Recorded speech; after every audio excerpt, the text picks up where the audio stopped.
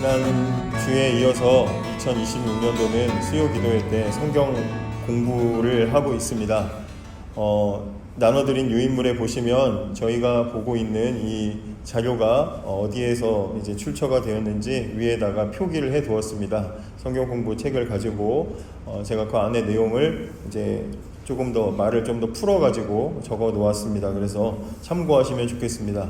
온라인으로 보시는 분들은 이 저희 유인물을 못 받으셔가지고 어떻게 이거를 이제 공유를 할 수 있나 지금 고민이 많이 있는데 제일 좋은 방법은 이 시간에 여기 오셔는 게 제일 좋겠죠, 그죠? 그게 제일 좋을 거고요. 어떻게 하는지는 좀 저희가 같이 고민을 하면서 방법을 좀 찾아보도록 하겠습니다.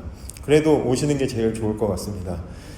그리스도의 온전함이라는 주제로 지난주에도 말씀을 성경 공부를 하고 있는데요. 온전함이라는 단어는 오늘 프린트물에 적어드린 대로 올곧음 또는 정직함으로 해석할 수가 있습니다. 올곧다는 말 잘 아시겠지만 휘어지지 않고 중심이 바로 서 있고 상황에 따라서 꺾이거나 하지 않는 안과 밖이 다르지 않은 이러한 어떤 그 내면적인 부분들을 말하는 것이 바로 이 올곧음 정직함입니다. 그래서 지난 1과에서는 아버지께서 주신 사명을 향해서 올곧게 일관되게 나아가시는 그 예수님과 그리고 겉모습은 예수님 따라가고 있지만 그 목적은 예수님과는 반대되는 방향으로 가고 있었던 그 제자들의 이야기를 살펴보면서 다른 꿈 꾸지 않고 그리스도의 장성한 분량에까지 올곧게 나아가는 삶이 우리 신자들의 삶이다라는 것을 살펴보았습니다. 자, 오늘은 이 호세아서를 통해서 자기 백성과 맺으시니 언약에 신실하신 하나님, 그 하나님의 올곧으신 사랑에 대해서 살펴보고 우리 신앙의 태도를 한번 점검해 보도록 하겠습니다. 이 성경을 보면 시대마다 하나님께서 많은 사람들을 다양한 방법으로 부르시는 것을 보게 됩니다. 그 중에 이 호세아 선지자는 너무나 잘 아시겠지만 하나님께서 아주 독특한 방식으로 부르신 그런 선지자입니다. 이 호세아는 북이스라엘이 멸망하기 직전에 완전히 그 멸망하기 직전부터 완전히 멸망하기까지 약 한 30년에서 40년 동안을 활동했던 그런 선지자입니다. 북이스라엘에서 활동을 했고요. 그리고 북이스라엘에 관한 예언을 했던 멸망을 예언했던 선지자 중에는 아모스가 있고 호세아가 있는데 아모스는 남유다 출신의 사람이고 호세아는 이 북이스라엘 사람입니다. 그러니까 누구보다도 자기 민족인 이 북이스라엘의 죄악과 그리고 그 북이스라엘에 내리시는 하나님의 심판에 대해서 뼈아프게 느낄 그런 이제 인물이 호세아라는 것입니다. 여로보암 2세는 여러 번 들어보셔서 아시겠지만 북이스라엘의 마지막 전성기로 솔로몬 때처럼 영토를 회복했던 그런 아주 번영했던 시대의 인물이었습니다. 이렇게 이 북이스라엘이 내부적으로는 경제적으로 정치적으로 풍요를 누리고 있어서 주변의 아수르도 사실은 함부로 건드리지 못하는 그럴 정도로 굉장히 안정적인 시기에 있었다라고 볼 수도 있습니다. 근데 잘 아시겠지만 열왕기하 14장에 보면 이렇게 대단한 번영을 이루었던 시기였음에도 불구하고 성경은 여로보암 2세의 업적이나 그가 이룬 내용들에 대해서 되게 다루지 한 몇 줄 이렇게 5-6줄 정도로밖에는 다루고 있질 않습니다. 이스라엘 역사상 나라의 영토를 이렇게까지 회복한 왕이 별로 없었는데 그런데 성경은 너무나도 놀랍게 여로보암 2세의 업적에 대해서 무관심한 것을 보게 됩니다. 이것은 우리에게 교훈이 됩니다. 세상에 아무리 훌륭한 업적을 남기고 대단한 풍요를 누리고 있었어도 그 안에 영적인 변화와 성장이 없다면 신앙의 기준에서는 하나님 보시기에는 아무것도 아니라는 것을 우리가 배우게 되는 것이죠. 오늘 아침 대학생들 불러다가 집에서 놀면 뭐하냐 그래서 데려다가 큐티를 하면서 창세기 10장 말씀을 보았는데 창세기 10장에는 노아의 세 아들들의 족보 부분이 기록되어 있는 장입니다. 거기에 보니까 중간에 함의 후손 중에 니므롯이라는 인물이 등장을 하는데 대단히 유명한 영웅과 같은 사람, 지금으로 말하면 세상을 떠들썩하게 하는 스타 같은 그런 인물이 등장했다 이렇게 기록이 되어 있습니다. 그런데 성경을 보면 하나님은 그 대단한 사람들에게 이제 각광을 받고 박수를 받고 조명을 받는 그런 사람의 명성에 하나님은 관심이 없으시고 묵묵히 셋의 후손을 통해서 아브라함을 예비하시고 다윗을 예비하시고 예수 그리스도에게까지 연결하시는 것을 오늘 말씀을 통해서 묵상을 했었습니다. 하나님은 우리가 세상에서 성공하고 유명해지는 것에 관심이 없으십니다. 하나님의 관심은 오직 우리의 영혼에 있는 줄을 믿으시기 바랍니다. 우리의 영혼이 어디를 향하는지 하나님은 늘 그것을 지켜보시고 우리의 영혼이 하나님 바라볼 때 하나님은 기뻐하시고 응답하시는 줄을 믿으시기를 바랍니다. 원래 우리 제가 받은 그 공과책에 보면 첫 번째 질문이 있었는데 그 질문이 제가 생략을 했습니다. 그 질문이 뭐냐면 생략할 거면서 질문 제가 말씀드리면 생략할 필요가 없었는데요. 생각해 보니까 만일 당신이 결혼 상담가라면 이 호세아의 결혼은 성공률을 몇 %라고 보겠는가, 뭐 이런 이제 들어가는 쉬운 이제 그런 질문이었습니다. 2절에 보시면 여호와께서 호세아에게 말씀하실 때 이르시되 너는 가서 음란한 여자를 맞이하여 음란한 자식을 낳으라. 하나님께서 호세아에게 음란한 여자를 이제 데리고 오라, 음란한 여자와 결혼하라고 명령을 하셨는데 말씀을 볼 때 참 하나님의 성품에 이게 이해가 되는가, 이해가 되지 않는 부분인 것 같습니다. 어떤 사람은 그래서 하나님의 선지자에게 이런 회개망측한 명령을 내리셨을까? 이건 허구일 것이다, 비유일 것이다, 이렇게 주장을 하기도 합니다. 그러나 호세아에게 내리신 이 명령이 허구나 비유라고, 상징이라고 보기에는 호세아가 취한 그 여자인 고멜에 대한 정보라든지 나중에 그 고멜을 다른 사람에게서 다시 찾아올 때 들어간 비용이라든지 이런 내용들이 너무나 자세하게 기록이 되어 있기 때문에 사실은 이 이야기는 실제 있었던 이야기로 보는 것이 훨씬 더 타당하다고 생각을 합니다. 그러면 이제 또 하나의 문제가 음란한 여자라는 게 도대체 뭐냐, 이런 이제 생각이 드는데, 직업적인 음란한 여자, 창녀를 의미하는 것인지 아니면 영적인 의미에서 우상을 숭배하는 그런 여자라는 이야기를 하는 것인지, 아니면 지금은 정결하고 그냥 일반적인 여인인데 나중에 이제 음란한 여자로 돌변하는 그런 사람이 될 것인지는 알 수가 없습니다. 알 수가 없지만, 그러나 분명히 실제로 있었던 인물이고 실제로 있었던 사건으로 우리가 보는 것이 좋다라는 것입니다. 구약의 율법에서는 정결함을 항상 가장 중요하게 여기고 정결을 생명으로 여기게 만드는데, 하나님의 일을 하는 선지자가 결혼을 할 여자도 당연히 정결해야 하고 그 가정도 정결해야 하고 그 자녀도 정결해야 마땅합니다. 그런데 하나님은 지금 호세아를 부르셔서 정결하지 않은 여인과 결혼하라, 그리고 음란한 자식을 낳아라, 이런 명령을 내리신다는 것이죠. 안 그래도 온 나라가 지금 타락하고 하나님 마음을 아프게 하고 선지자로서 하나님 마음을 전하는 선지자로서 이 나라의 상황에 대한 아픔이 있는데 차라리 독신의 은사를 주셨으면 주시지, 음란한 여자와 결혼해서 자기 삶의 인생까지도 이렇게 망가지게 하시는 그 하나님의 마음을 어떻게 호세아가 이해할 수 있었을까, 그런 생각을 하게 됩니다. 그도 그럴 것이, 선지자는 하나님 말씀을 들고 여러분 하나님은 이렇게 말씀하셨습니다, 여러분 하나님이 저렇게 말씀하셨습니다, 이렇게 전해야 하는데 음란한 여자와 결혼해서 음란한 자식을 낳으면 이렇게 말씀을 전하려고 할 때 사람들이 뭐라고 생각하겠습니까? 뭐 자기 마누라나 잘 관리할 것이지 네가 뭐 말씀 전하, 그런 생각을 하지 않겠습니까? 그러니까 목회를 하라는 건지 하지 말라는 건지 알 수가 없는 겁니다. 하나님의 부르심은 영광스러운 줄 알았는데 이렇게 부끄러운 것 같은 상황에 하나님은 왜 놓이게 하시는가? 여러분들은 벌써 영적으로 굉장히 깊으셔가지고 다 이해를 이미 하시고 다 받아들이시고 지금 들으시는 것 같은데, 저는 아무리 봐도 하나님이 이렇게 부르신 것이 참 이해가 되지 않습니다. 하나님의 공의와 거룩에 걸맞지 않은 부르심인 것 같아서 참 이상하다, 말도 안 된다, 이런 생각을 자꾸 하게 됩니다. 그런데 이렇게 말도 안 되는 부르심을 통해서 우리가 알게 되는 것이 무엇입니까? 이 말도 안 되는 방식으로 공의의 하나님, 거룩하신 하나님이 하나님의 말씀을 전하는 사역자를 이런 말도 안 되는 자리로 부르시는 것을 통해서 우리가 알 수 있는 것이 무엇입니까? 우리가 하나님께 지은 죄가 이렇게 터무니없고 이렇게 말도 안 되는 것이라는 것을 보여주시는 것이죠. 하나님 앞에 죄인인 우리의 상황이 이렇게 터무니없다라는 것을, 이렇게 기가 막히다라는 것을 보여주고 있는 것입니다. 거룩한 하나님의 일을 해야 할 선지자에게 음란한 아내를 취하라고 하실 때 하나님 마음에는 거룩한 삶을 버리고 하나같이 음란하고 교만에 빠진 이스라엘 백성들을 향한 아픈 마음이 있다는 것을 보여주고 계시는 것입니다. 그래서 사실 이 결혼은 단 1%도 성공 가능성이 보이지 않을 만큼 불가능한 결혼인데, 그러나 신실하신 하나님께서는 이 불가능한 상황 속에서도 당신의 사랑이 얼마나 강력하게 역사하는지를 보여주십니다.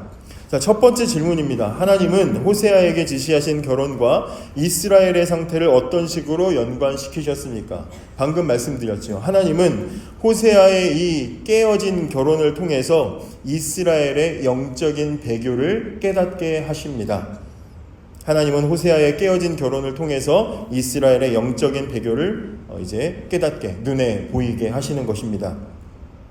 친히 택하신 이스라엘 백성이 하나님에 대한 언약을 지키지 않고 하나님을 멀리 떠나서 가증한 악을 행하고 우상을 따르는 죄악을 행하고 있다는 것을 이 선지자 하나를 뒤흔드셔서 그의 삶을 힘든 결혼 생활로 몰아가셔서 하나님은 지금 보여주고 계시는 것입니다. 사역자의 삶 자체가 메시지가 되도록 하나님은 만드셨습니다. 자, 두 번째입니다. 하나님께서 호세아의 자녀들에게 지어주신 이름을 주목해 보십시오. 각 이름은 어떤 비극을 상징합니까? 자, 첫 번째 자녀의 이름이 뭡니까? 이스르엘입니다. 첫 번째 자녀의 이름은 이스르엘, 참혹하게 흩어버릴 심판의 아들 이스르엘로 짓게 하셨습니다. 이스르엘이라는 말은 원래 씨를 흩어 뿌리다, 씨를 심다. 그러니까 이건 굉장히 긍정적인 의미의 단어입니다. 뿌리다, 흩다. 그런데 오늘 본문에서는 이 이름은 부정적인 의미로 지금 쓰이고 있습니다. 이스라엘이라고 할 때 제가 발음이 안 되는지 모르겠네요. 이스라엘이라고 하는 단어는 이스라엘 사람들에게서는 한 가지 역사적인 장면을 떠오르게 하는데, 그게 뭐냐면 이 바알을 섬기던 북이스라엘의 원흉과 같았던 아합과 이세벨 이 부부를 예후가 처형했던 곳이 바로 이 이스라엘입니다.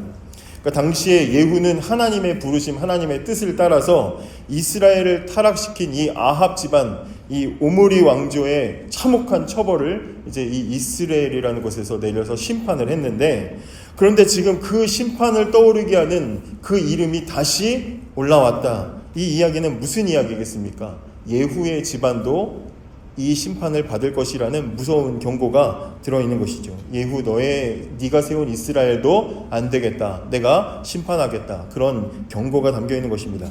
둘째 이름은 뭡니까? 둘째 이름은 로루하마입니다. 앞에 부정 이제 적도어가 붙은 것이죠. 로루하마는 긍휼이 없다, 이런 뜻입니다. 긍휼이 없다. 누구에게도 동정을 받지 못하는 딸 로루하마로 이름을 짓게 했습니다. 원래 이 긍휼이라는 단어의 어원은 어머니의 자궁, 모태를 의미하는 단어에서 파생이 되었습니다. 그러니까 세상에 가장 나를 끝까지 그래도 나에게 긍휼을 베풀어주고 나를 받아주고 나를 이해해주는 사람이 누굽니까? 어머니죠. 어머니 얘기하니까 갑자기 목이 메는데 어머니죠. 어머니십니다. 그래서 이 긍휼은 그런 단어인데, 이 하나님이 지금 내리시는 이 이름은 그 긍휼이 없다, 이런 뜻입니다. 호세아의 두 번째 아이의 이름을 그렇게 로루하마로 짓게 했습니다. 누구에게도 동정받지 못하는 처지, 심지어 낳아주신 모태에게까지 외면을 당하는 처지가 되는 비참한 자리로 갈 것이라고 말씀하셨습니다. 첫째는 잔혹한 심판이고 둘째는 긍휼이 없다. 그러니까 이 이름을 합치면 무슨 얘기입니까? 이스라엘에게 내릴 하나님의 심판은 어떠한 자비나 긍휼도 없을 것이다 라는 이름의 이제 뜻이 되는 것입니다. 그리고 나서 세 번째 자녀, 5, 6년이 지나서 로루하마가 젖을 떼었을 때에 호세아는 고멜이 세 번째 아이를 낳았는데 그 이름은 로암미입니다. 로암미는 내 백성이 아니다입니다. 내 백성, 이 내 백성이라는 말은 원래 이스라엘 백성들에게 은혜로운 말입니다. 정말 그 가슴을 따뜻하게 뭉클하게 만드는 은혜로운 말입니다. 출애굽기 6장에 보면 하나님께서 너희는 내 백성, 나는 너희의 하나님, 언약 관계를 하나님이 그렇게 맺어주셨습니다. 내 백성이다. 그리고 하나님은 이스라엘 왕국이 세워지는 그 이후까지도 이 언약 관계를, 너희는 내 백성, 나는 너희 하나님, 이 언약 관계를 잘하나 못하나 끊임없이 하나님께서는 지켜주셨는데 이제 그 관계의 끝이 오는 것입니다. 너희는 더 이상 내 백성이 아니다. 결별을 선언하는 것입니다. 그러니까 이스라엘은 죄의 역사적인 책임을, 로루하마는 긍휼의 중단을, 로암미는 언약의 단절을 뜻하고 있습니다. 우린 여기서 하나님의 사랑의 성격을 알 수가 있습니다. 우리는 지금 올곧음, 정직함, 온전함이라는 주제로 살펴보고 있는데 가장 올곧고 정직하고 온전하신 그 하나님, 모든 것이 올곧으신 그 하나님의 사랑은, 그 하나님의 올곧으신 사랑은 바로 이런 사랑이라는 것입니다. 모든 죄를 그냥 넘어가지 않고 용납하지 않고 팔이 안으로 굽는다고 내 편이라고 내 자식이라고 봐주지 않고 잘못을 잘못 그대로 축소하지 않고 드러내서 나타나게 하는 그 사랑, 그 하나님의 사랑이 지금은 언약을 어긴 이스라엘에게 분노로 나타나고 있는 것입니다. 하나님께서는 심각한 그 상태를 다 드러내고 계십니다. 여러분, 드러내고 아프게 하고 잘못된 것을 다 밝혀내는 것, 그게 꼭 악의적이고 나쁜 것으로 하는 것은 아닙니다. 나쁜 병균이 온몸에 퍼져가지고 당장 수술을 받지 않으면 안 되는 아주 위급한 상황에 있을 때 너 이제 큰일 나서 빨리 수술 받아야 돼. 너 온 몸을 지금 다 째가지고 수술 받아야 돼. 이 이야기가 혹시나 상처받을까봐 말을 못하고 발을 동동 구르면서 어떻게 이게 사랑이 아니지 않습니까? 잘못되고 급하면 빨리 이야기를 해서 심각한 그 상태를 직면하게 하고 돌이키게 하고 더 이상 번져나가는 것을 멈추게 하는 것이 진짜 사랑이 아니겠습니까? 지금 하나님의 사랑은 그렇게 나타나고 있는 것이죠. 그래서 호세아의 결혼과 이 세 자녀의 이름을 통해 하나님의 올곧은 사랑이 무엇인지 우리가 깨달을 수 있게 됩니다. 3번과 4번의 질문은 연결해서 보겠습니다. 3번은 약속된 상실, 심판에도 불구하고 하나님은 구원을 제안하십니다. 여기서 어떤 희망을 발견할 수 있습니까? 그리고 4번은 이 구절들은 자기 백성들을 향한 하나님의 신실하심에 대해 무엇을 시사합니까? 이렇게 되어 있습니다. 3번의 답은 하나님은 심판 이후에도 자기 백성을 다시 자녀로 부르시는 회복의 소망을 남기신다 이고요. 4번은 하나님은 죄를 눈감아주지 않으시면서 언약을 스스로 깨트리지 않으신다, 이렇게 답할 수 있습니다. 이스라엘은 하나님께 악한 왕국이었습니다. 하나님을 실망시켰고 멸망당해서 마땅한 그런 나라였습니다. 그런데 고귀한 선지자가 마치 음란한 아내를 맞이하는 지금 이 호세아의 상황처럼, 그리고 말도 안 되는 음란한 자녀들을 막 낳은 것처럼 볼품이 없어진 것이 현재 이스라엘의 처지입니다. 그럼에도 불구하고 하나님은 그 속에서 이제 희망을 베풀어 주십니다. 분명히 1장은 저주가 담겨 있는 말씀이지만 하나님은 저주로 끝내지 않으시고 그 속에 희망을 담겨 주십니다. 1장을 쭉 읽어나가면서 가장 은혜가 되는 부분이 있습니다. 그게 뭐냐면 10절에 그곳에서라는 단어입니다. 그곳에서. 전에 그들에게 이르기를 너희는 내 백성이 아니라 한 그곳에서 그들에게 이르기를 너희는 살아계신 하나님의 아들들이라 할 것이라. 오랜 시간 하나님을 실망시켰던 이스라엘 백성들입니다. 진노를 쌓고 쌓아서 이제는 당할 수밖에 없는 그런 백성입니다. 무서운 징계와 저주를 하나님은 예언하셨습니다. 그러나 분명히 하나님은 이 말씀이 끝나기 전에 그 하나님이 실망하신 자리, 하나님의 백성들이 제9시를 전혀 못했던 바로 그 자리, 너희는 내 백성이 아니다 라고 절연을 선언하셨던, 단절을 선언하셨던 그 절망의 자리에서 다시 그들을 하나님의 자녀로 불러주셨습니다. 예후의 집에 피를 갚으시겠다는 그 무서운 저주의 이름 이스라엘이 다시 희망을 상징하는 씨를 뿌린다, 다시 심는다라는 의미의 이스라엘로 다시 선포되는 장면이 바로 10절에 기록이 되어 있는 것입니다. 여러분, 이스라엘은 멸망당했습니다. 우리 눈에는 당장 무서운 심판만 보입니다. 그러나 하나님에게는 멸망 이후에 다시 완전히 밑바닥까지 부쉈다가 다시 재건하실 하나님의 설계도가 있었던 것입니다. 이 말씀이 저와 여러분에게 위로가 되었으면 좋겠습니다. 이 땅을 신자로 살아갈 때 가장 힘든 것이 무엇입니까? 신자로서 내 자신에게 실망하는 것입니다. 이상적인 신자의 삶이 무엇인지, 하나님이 요구하시는 삶이 무엇인지 우리가 모르는 것이 아닌데, 그렇게 살아가지 못할 때 낙심하고 내가 이것밖에 안 되는가, 그렇게 슬퍼하고 좌절합니다. 마치 내 모습이 로루아마 같이 보일 때가 있습니다. 그런데 하나님께서는 그 좌절의 자리에서 우리를 다시 암미로, 루하마로 불러주신다는 것이죠. 당장의 가루처럼 부서질지라도 다시 우리를 뿌려서 열매를 거둘 때까지 주님은 다시 우리를 재건시키시고 회복시킬 계획을 가지고 계십니다. 나에게는 뜻과 계획이 없어도 하나님에게는 뜻과 계획이 분명히 있기 때문에 우리는 낙심하지 않고 절망하지 않고, 공포의 상징이었던 이스라엘이 회복의 상징인 이스라엘로 바뀔 때까지 기대하고 기다릴 수 있는 것입니다. 그래서 하나님의 신실한 사랑은 죄를 덮는 사랑이 아니라 죄 가운데에서도, 징계 가운데에서도 약속을 지키는 사랑으로 나타난다는 것을 우리가 보게 됩니다. 자, 5번입니다. 당신을 향한 하나님의 헌신을 깨닫게 해준 신실함이죠. 신실함을 깨닫게 해준 경험이 있다면 무엇입니까? 여러분들의 삶에서 하나님이 참 신실하시다, 이러한 경험들을 한번 떠올려 보시기 바랍니다. 내가 실패했을 때 다시 하나님은 돌아올 길을 주시고 나를 다시 회복시키시고, 완전히 바스라진 것 같은 상황에서도 나를 건져내시는 하나님이 저와 여러분의 삶의 구석구석에, 중간중간에 우리의 삶에 항상 계셨던 것을 돌아보시기를 바랍니다. 자, 6번입니다. 호세아 2장은 고멜과 이스라엘의 죄를 열거하고 그들을 다시 자신에게로 돌아오게 하시겠다는 하나님의 약속을 담고 있습니다. 호세아 3장을 읽으십시오. 하나님은 호세아가 고멜에 대한 결혼의 서약을 어떤 방식으로 표현하기를 원하셨습니까? 그러니까 이제 하나님께서 이스라엘과의 관계를 회복하시는데 어떤 방식으로 관계를 회복하기를 원하시는지, 어떻게 해 나가시는지, 이것을 이제 묻는 질문입니다.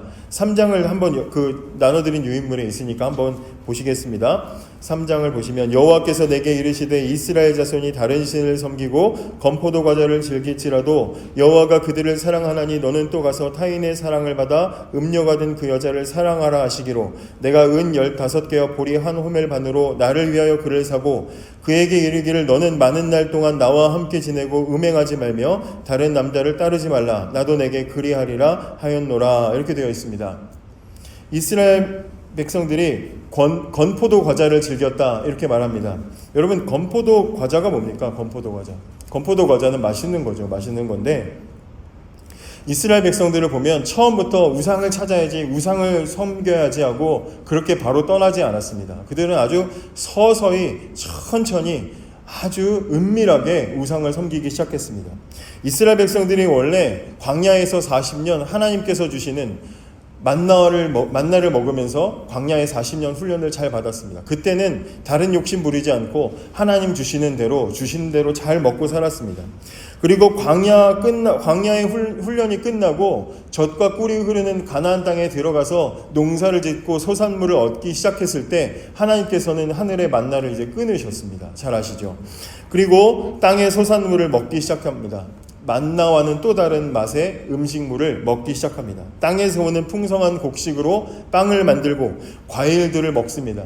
그리고 그 빵과 그 과일을 또 말려가지고 그 당도를 더 높이고 빵과 과일을 접목시켜서 합쳐서 만든 이 사람들이 이 땅의 소산물로 만든 최고의 매력적인 조합물이 바로 건포도 떡입니다. 건포도 과자입니다.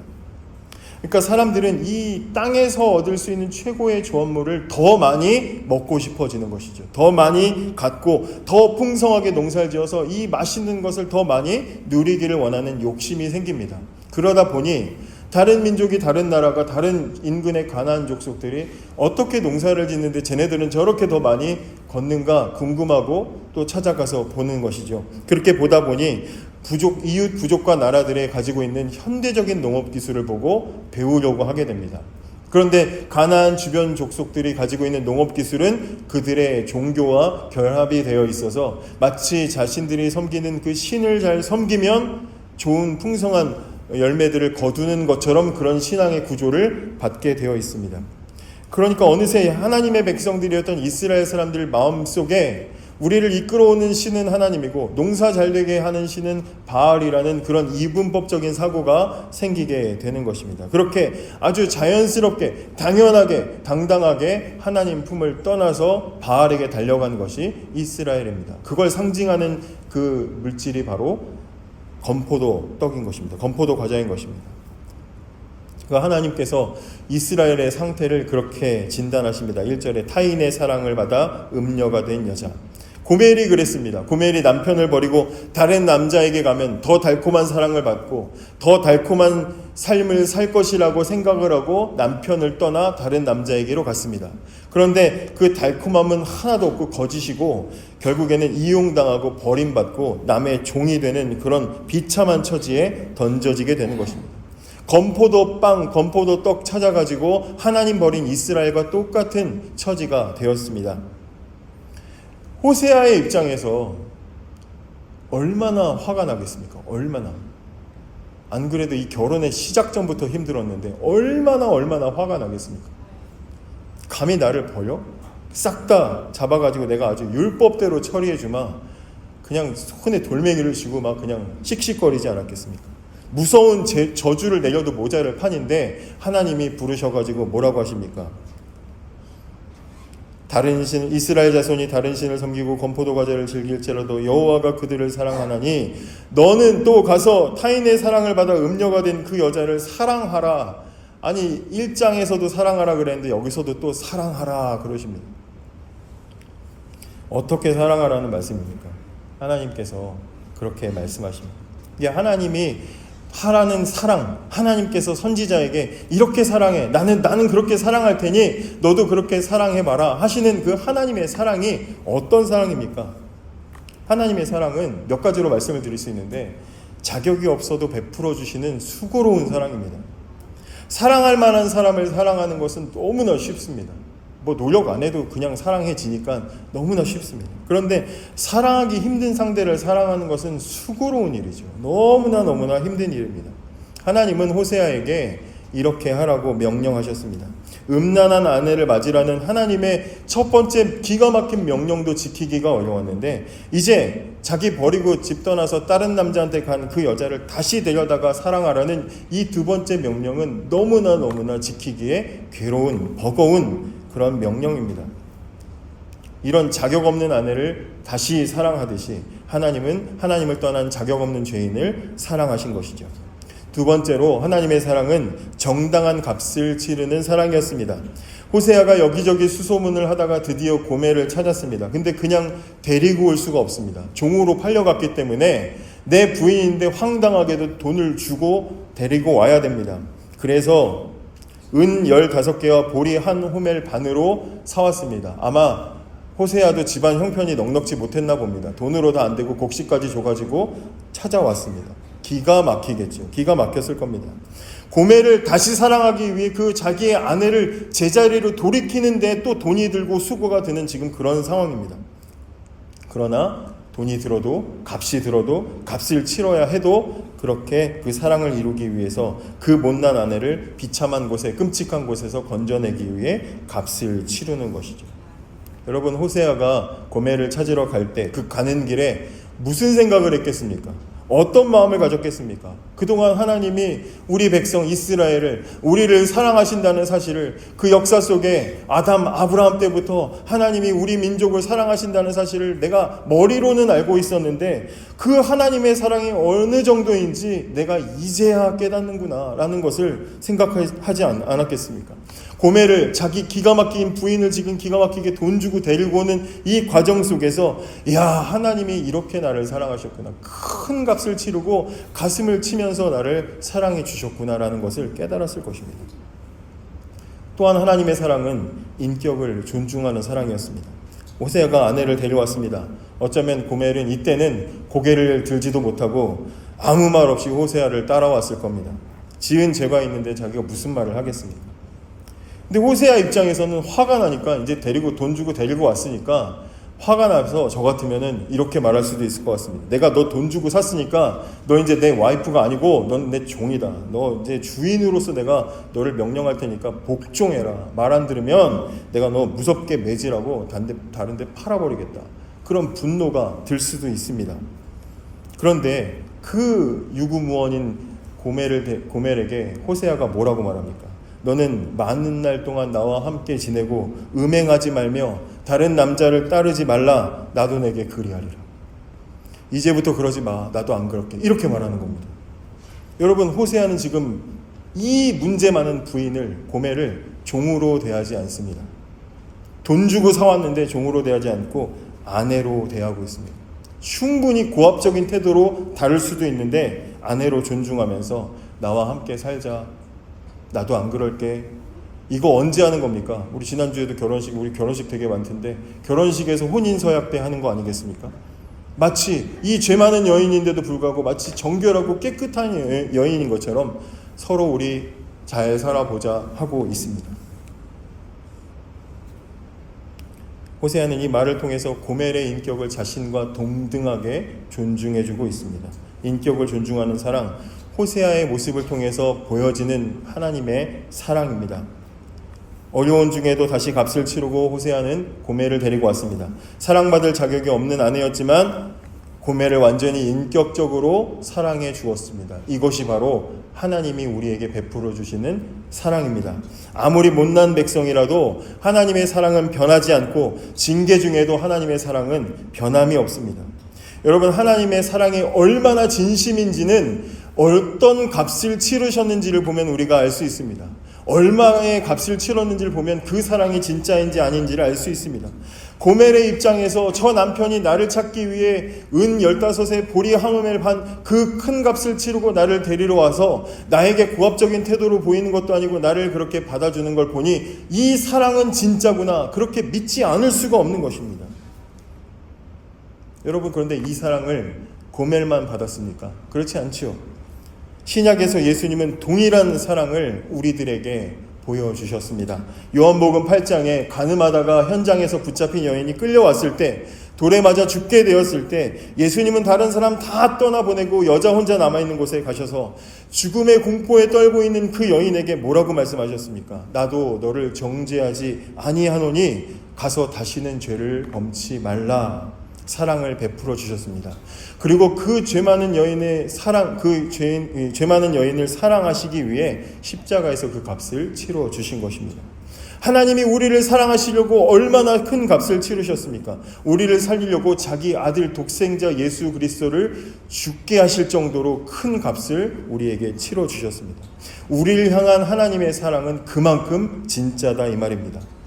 예수님은 십자가의 고통 속에서 하늘을 향해 고통받으시면서 나의 하나님 어찌하여 나를 버리시나이까 고통의 부르짖음을 부르짖으시다가 한편 강도에게는 너무나 인자한 음성으로 오늘 내가 나와 함께 낙원에 있으리라 사랑의 선언을 해주셨습니다. 그게 하나님의 사랑이라는 것입니다. 하나님이 우리를 얼마나 사랑하시는지는 바로 이 십자가의 값을 통해 우리가 알 수 있습니다. 7번입니다. 이 구절의 정보에 비추어 볼 때 호세아의 과업을 어렵게 만드는 요인이 무엇인가? 말이 어려운데 호세아가 하나님 맡기신 사명을 감당하는 게 얼마나 어려웠을까? 개인의 삶을 통해서, 고통을 통해서 하나님의 뜻을 전해야 됐기 때문에 그 사명이 무거웠을 겁니다. 자기 자신이 증거물이 되었기 때문에 호세아의 삶은 굉장히 힘들었을 것입니다. 그래서 호세아의 사명은 의지로 감당하는 것이 아니라 은혜로 감당할 수밖에 없는 그런 자리입니다. 자, 8번입니다. 오늘 공부한 본문에서 드러나는 하나님은 어떤 분이십니까? 간단하게 대답하면 하나님은 배신을 미워하시되 언약을 끝까지 붙드시면서 회복을 약속하시는 분이시다. 끝까지 뜨거운 사랑, 몰고든 사랑을 베풀어 주시는 분이시다라는 것을 대답할 수가 있겠습니다. 9번입니다. 호세아의 앞부분 장들에서 하나님은 자신에 대해 무엇이라 말씀하십니까? 역시 여기에서도 마찬가지입니다. 하나님은 언약의 하나님으로 배신당한 남편이지만 끝까지 아내를 포기하지 않는 분으로 표현하고 있습니다. 근데 중요한 것은 하나님이 호세아서에서는 하나님 당신을 왕으로 표현하시지 않고 남편으로 표현하신다는 것입니다. 출애굽기의 그 언약의 관계를 하나님은 잊지 않으시고 그걸 회복하시기 위해서 이렇게 애쓰고 계시다라는 것을 보여주고 있습니다. 마지막 10번입니다. 그런 하나님의 성품을 담기 위해 여러분이 헌신한 삶의 영역에서 해야 될 일은 무엇입니까? 이건 이제 우리 각자에게 해야 되는 질문입니다. 우리 맡겨진 자리에서 우리는 어떻게 살아가야 하는가? 약속을 붙들면서 어떤 상황을 이유로 피하지 않고 끝까지 붙들면서 신실하게 머물 수 있어야 합니다. 호세아는 자신의 사명이 너무나 벅차고 힘들다고 해서 도망가지 않았습니다. 내려놓지 않았습니다. 하나님이 말씀하시는 그 모든 명령을 끝까지 신실하게 잘 지켰습니다. 감정이 아니라 하나님 말씀과 부르심에 자신을 묶어놓고 순종했습니다. 저와 여러분도 마찬가지입니다. 우리의 삶에서 피하고 싶은 자리가 있을 수 있습니다. 그러나 하나님을 닮아가는 것, 그리스도의 온전함을 닮아가는 삶은 완벽하게 해내는 것이 아니라 호세아 선지자처럼 피하지 않고 떠나지 않고 그 자리를 잘 지키는 것입니다. 어떻게 그게 가능합니까? 하나님께 맡기면 가능합니다. 마지막으로 시편 말씀을 읽어보고 마치겠습니다. 시편 37편 5절에서 6절 말씀입니다. 한번 띄워주시겠습니까? 시편 37편 5절과 6절 말씀 같이 읽어보겠습니다. 내 길을 여호와께 맡기라. 그를 의지하면 그가 이루시고 내 의를 빛같이 나타내시며 내 공의를 정오의 빛같이 하시리로다. 아멘. 우린 할 수 없습니다. 그런데 맡기라고 했습니다. 맡기면 하나님이 이루신다라고 말씀하십니다. 이 사실을 기억하면서 우리의 부르신 주님께서 우리를 부르신 그 삶의 자리들을 잘 지켜나가는 저와 여러분이 되기를 원합니다. 말씀을 생각하면서 함께 같이 기도하시겠습니다. 공의로운 사랑으로 우리를 끝까지 사랑하신 그 신실하신 하나님의 사랑을 우리가 바라보면서 우리도 부르신 자리에 모든 것을 하나님께 맡기면서 살아가게 해달라고 이 시간 함께 같이 말씀을 생각하시면서 기도하시겠습니다. 함께 같이 기도합니다. 하나님